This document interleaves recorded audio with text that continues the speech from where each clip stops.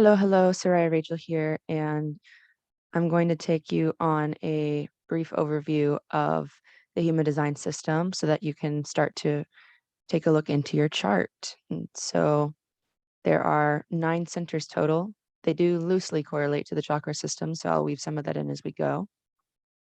Starting at the top, we have essentially the crown chakra center, which is labeled in this picture as the head center, because it is a higher mind function. And then beneath that, the ajna center, which is to say the lower mind, the thing that processes the inspiration coming in through the crown into tangible action. And together, these two triangles create our ability to receive inspiration and process information into action. And then just below that, the brown square is the throat chakra, manifestation, communication. A lot of these functions of expression come through the throat chakra, through the throat center. Then we look at this yellow diamond here and this red triangle. So this is where the correlations to chakras may complexify a little, but here's how I would explain the difference. As you can see in this photo, the heart center is the red triangle and it's ego and willpower. And I like to call this the physical heart. This is the deeper function of the muscle of the heart. Whereas this identity and self center, also called the G center, is more about connection to your true self and in a way that can be thought of as the soul heart or the non-physical version of heart. So like compassion and um, love and all of these more what we consider heart chakra qualities are in the G center or identity center in the human design system. Whereas the heart center that they have here, with willpower being one of its primary functions, is something we might associate more with the solar plexus. And then from the solar plexus, you can see it connects into all 4 of these centers around. We have offshoots into the splenic center, which is an instinctual intuitive system, our immune system, how we respond to the outside world. And on the other side is the emotional center, here called solar plexus. But um, yeah, I would consider splenic and the emotional center to both really be expressions of the intuitive sacral. 'Cause right in the middle here, this red square is the sacral center. Life force energy, sexual power. Um, the 2 reds here are the primary sources of energy and or willpower into reality to make things. But the 4 brown ones are also energy producing centers. And so then finally we have the root, which is how we deal with stress, how we walk in life, and how we ground into reality. And so in your chart, you will have some of these colored in and some of these white. And the ones that are colored in are the ones you have consistent access to. The ones that are white means that they're a part of who you are. They just might not be showing up every day. And they can more easily be influenced by outside parties and how they use those centers. And so, for example, if you have an undefined emotional center, if this bottom uh, right triangle of brown is white, then you're likely to experience the emotions of others around you. So if someone else is being heated, you become heated, even though you may not have been heated about the subject when you were thinking about it in your own space, in your own time. So you're sensing the emotions of the field. And then let's take a look at um, my chart as an example.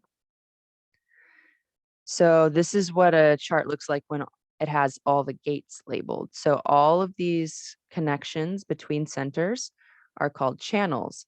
And a channel is activated when you have the gates on both ends. So here I have gate 19 and gate 49 making this channel active.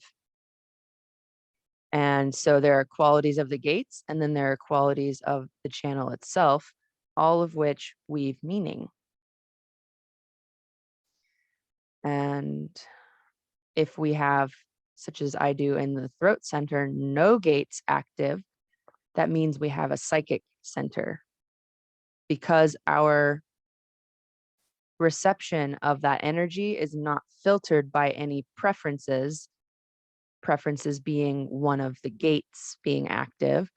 We become incredibly powerful channels of that for other people. So with an open throat here, I have a strong ability to put other people's energy into words with them. Um, I can hear something that someone is saying and repeat it back to them in even stronger language.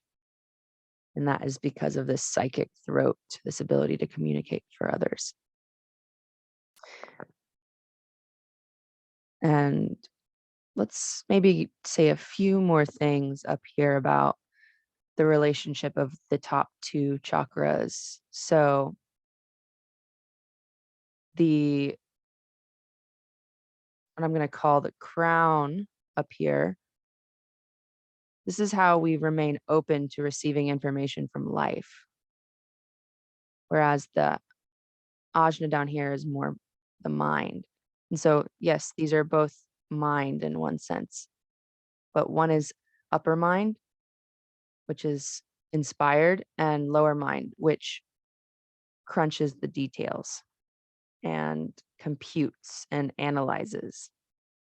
And so it can be really helpful if someone's caught in patterns of the mind, like mental loops, constructs, habits, to take a look at what is defined in their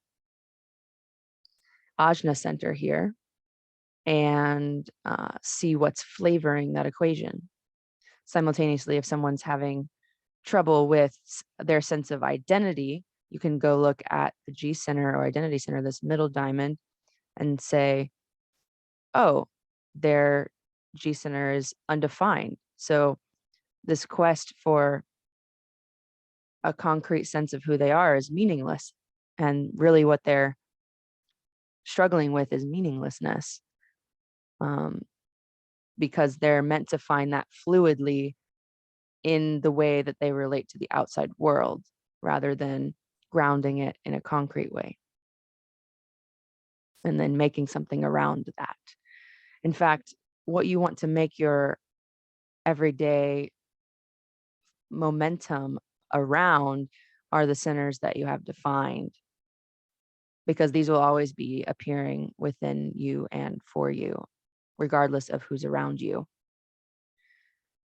And so my design here is showing that my relationship between my rootedness, my sexual life force energy, and my emotions have something consistent to offer my field. And it's not through the direct connection of the emotions and the sacral, but how both of those relate to and through the root.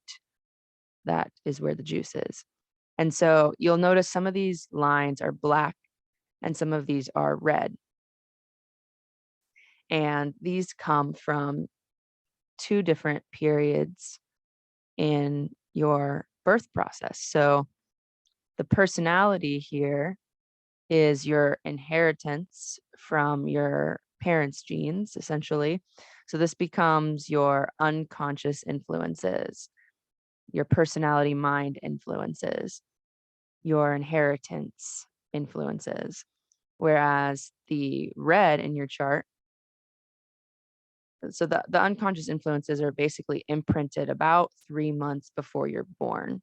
And so that's how that's computed, is it actually rewinds your birthday a little bit and looks at what were you in the soup of the womb. And then the red is the moment you were born influences. And so those are more unique to you. They're more soul and body plane.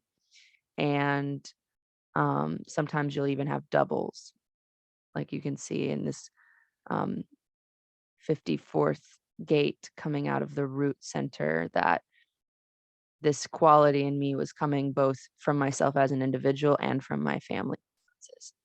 So, given all of that, you can begin to look at your own chart and what it has to offer you in terms of its wisdom into your true nature. Thank you for listening.